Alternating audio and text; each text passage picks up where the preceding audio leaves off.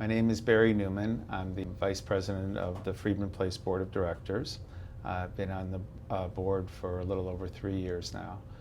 But I've been connected with Friedman Place and its predecessor, Kagan Home and the Association of Jewish Blind, for decades. My uncle, David Herman, lived at the Kagan Home around Foster and Kimball from 1972 until 1997, for 25 years. And he was, I might have been the first deaf-blind person there. He was deaf and blind since he was 3.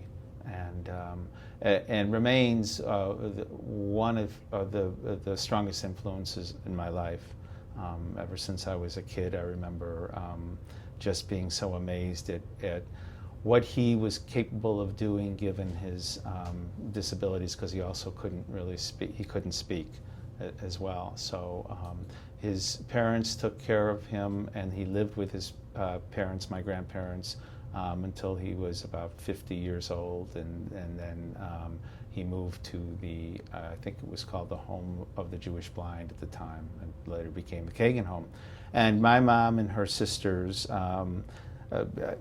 dedicated their life to fundraising for the Kagan Home, as well as taking care of my Uncle Davy to the greatest extent that they could. And they were a constant presence there. And I became kind of a bit of a presence there too, because I really enjoyed just spending time with my uncle and sitting in his little room with him. And I had various ways of making him smile. He knew I was there. He could, he would know immediately by touching me. Even though I didn't wear a watch, I would wear a watch sometimes when I came there, because he knew that I had a watch, and that's how he identified people, by their either rings, and it was before I was married.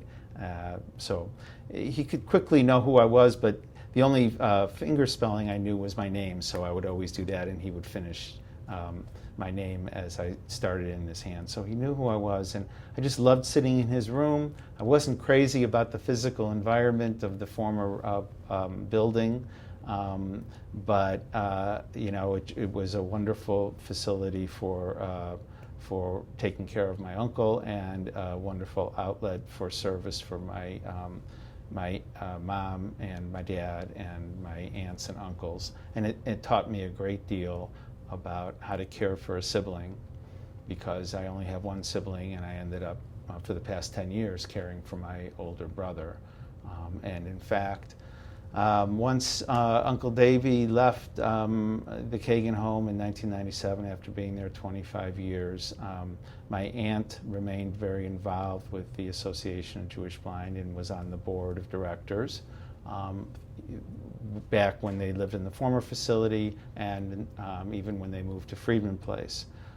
But because I've been taking care of my brother for 10 years, about maybe 7 years ago, I think we've been in Friedman Place now for roughly 8 years. The Friedman Place kindly took my brother in as a resident. It was at a time when it was only partially filled. It was a new residence.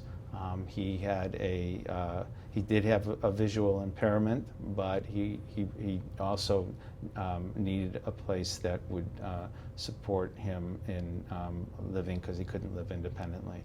And so I became very connected with Friedman Place as a family member, and was a volunteer here in activities, and would be, as my mom would spend 3 or 4 days a week with my uncle.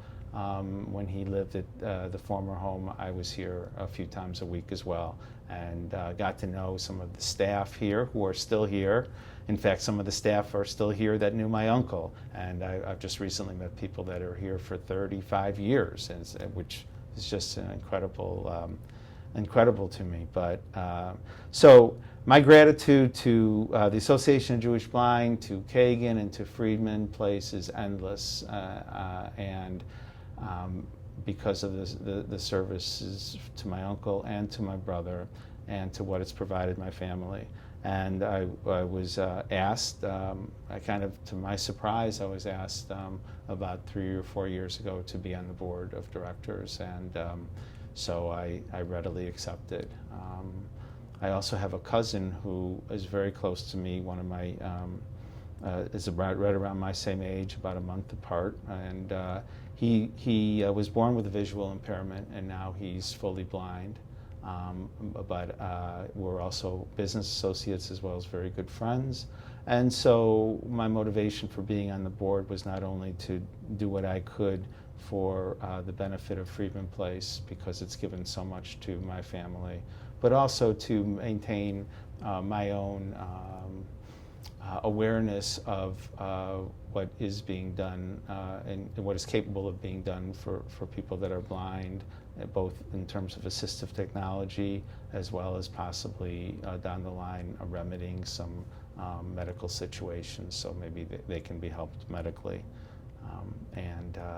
As very recently, as part of my activities on the board and my deep love for my uncle and my family, I've approached the staff and the board about creating a learning center in honor of my uncle, because he was such an incredible learner. He was never without his Braille books. He was always writing.